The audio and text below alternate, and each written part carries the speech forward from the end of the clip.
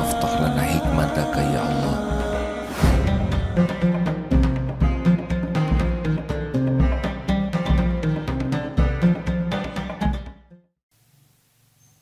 Jadi sekali lagi ini adik-adik beruntung benar ini santri yang ditakdirkan oleh Allah bisa mesantren. Berapa banyak remaja yang tidak kenal ilmu agama, sudah tidak kenal ke Allah. Minimal kalau orang tidak paham agama itu 3 ya, minimal. 1, dia tidak kenal kepada Allah, tidak kenal kepada penciptanya, udah berat, repot. Kalau orang tidak kenal kepada Allah, pasti hidupnya tidak tenang, pasti. Kenapa? Karena tenang itu ala bidzikrillah tatmainnul qulub. Camkan, hanya dengan ingat Allah hatimu akan tentram. Bagaimana akan ingat Allah kalau tidak kenal kepada Allah? Bagaimana mungkin kita bisa mengingat sesuatu yang tidak kita yakini? Benar? Jadi kalau tidak belajar agama, bleng aja. Tenangnya itu tenang semu, bahagianya itu bahagia fata morgana, sepertinya bekal senang, padahal tidak juga, sebentar lah, dan dangkal. Yuk asik, saya punya HP baru. Ternyata kuotanya kurang, ngejengkel. Aduh asik, sepatunya keren. Sayang, warnanya nggak cocok, sebentar aja.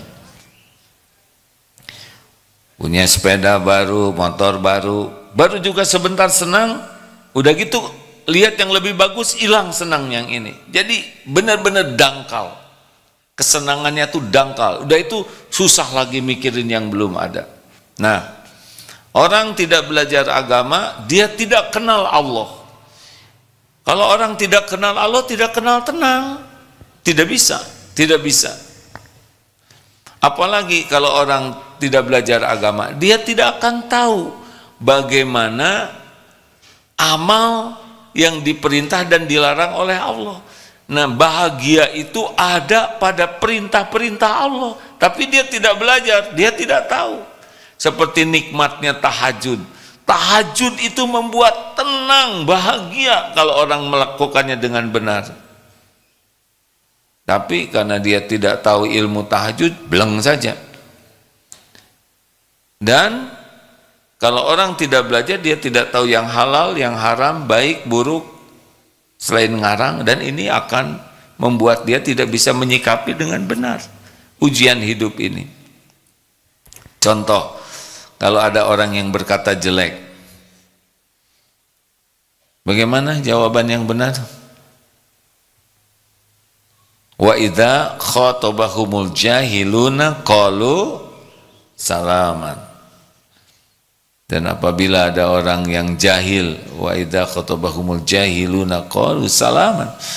Ketika ada orang yang jahil, orang yang tidak bisa mengendalikan dirinya, siapa saja ini, bisa teman, bisa istri, bisa suami, bisa orang tua, bisa atasan, bicaranya tuh jelek, tidak enak, apa yang harus kita lakukan? Salaman.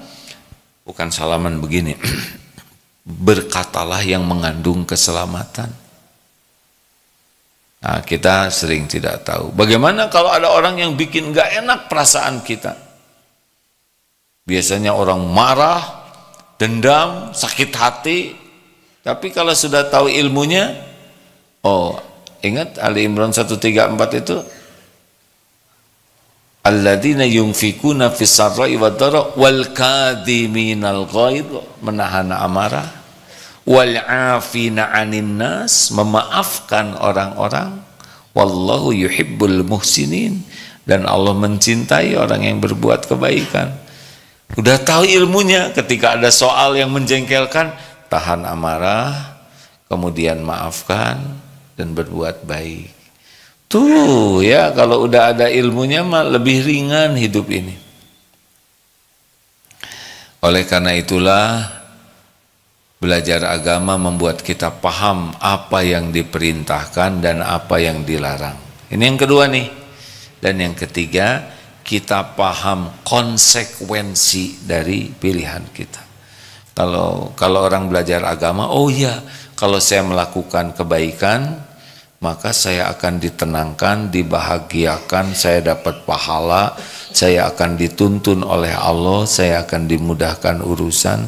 Wa may yattaqillah yaj'al lahu makhrajan. Kalau saya patuh ke Allah, bertakwa, Allah akan memberikan jalan keluar dari persoalan hidup saya. Oh, ternyata jalan keluar bukan dari pintar, jalan keluar bukan dari jago, jalan keluar bukan dari hebat, jalan keluar terbaik itu dari takwa. Wa yarzuqhu min haitsu la yahtasib, dan Allah akan memberi rezeki yang tidak diduga-duga. Oh ya, ternyata dalam hidup ini tidak harus selalu terbayangkan, tidak harus selalu terpikir oleh kita sesuatu yang tidak mungkin. Aduh, saya tidak mungkin nih.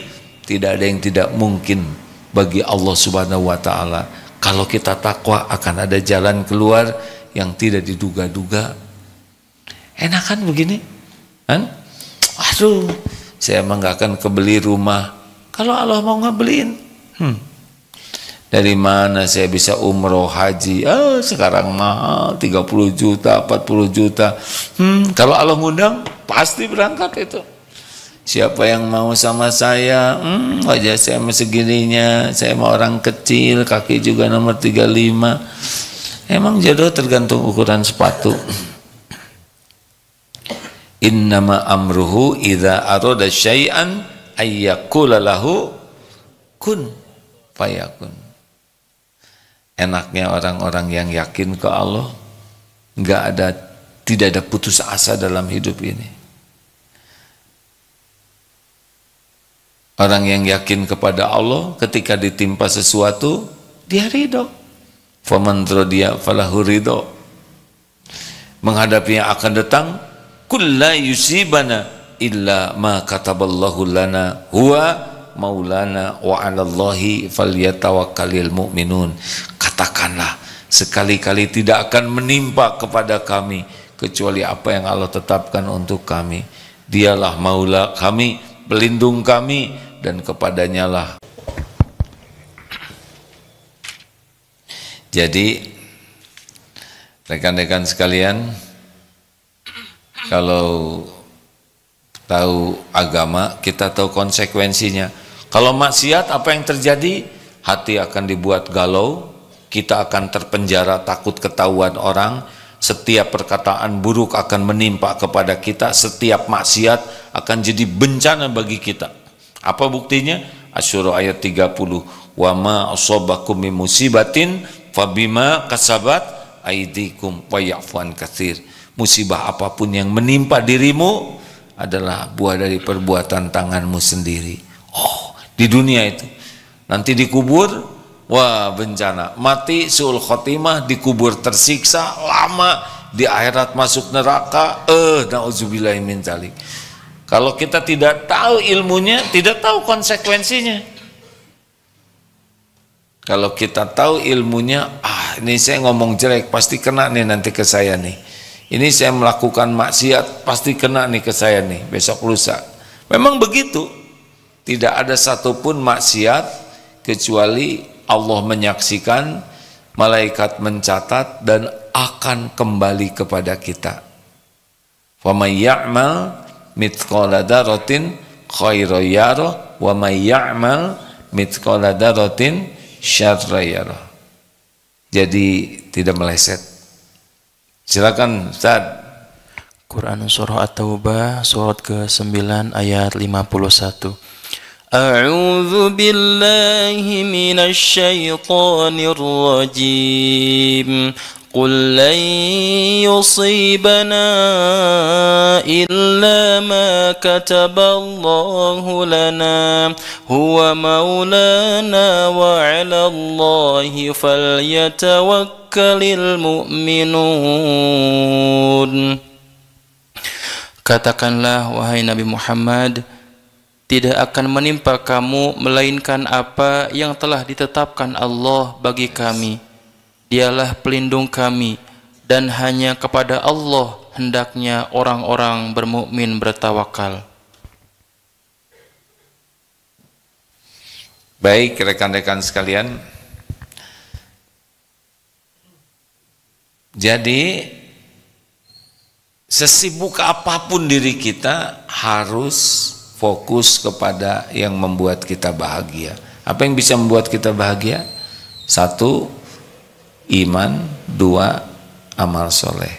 Fokuslah ini, bagaimana meningkatkan iman dan bagaimana setiap kegiatan kita diniatkan jadi amal soleh, baru bisa bahagia.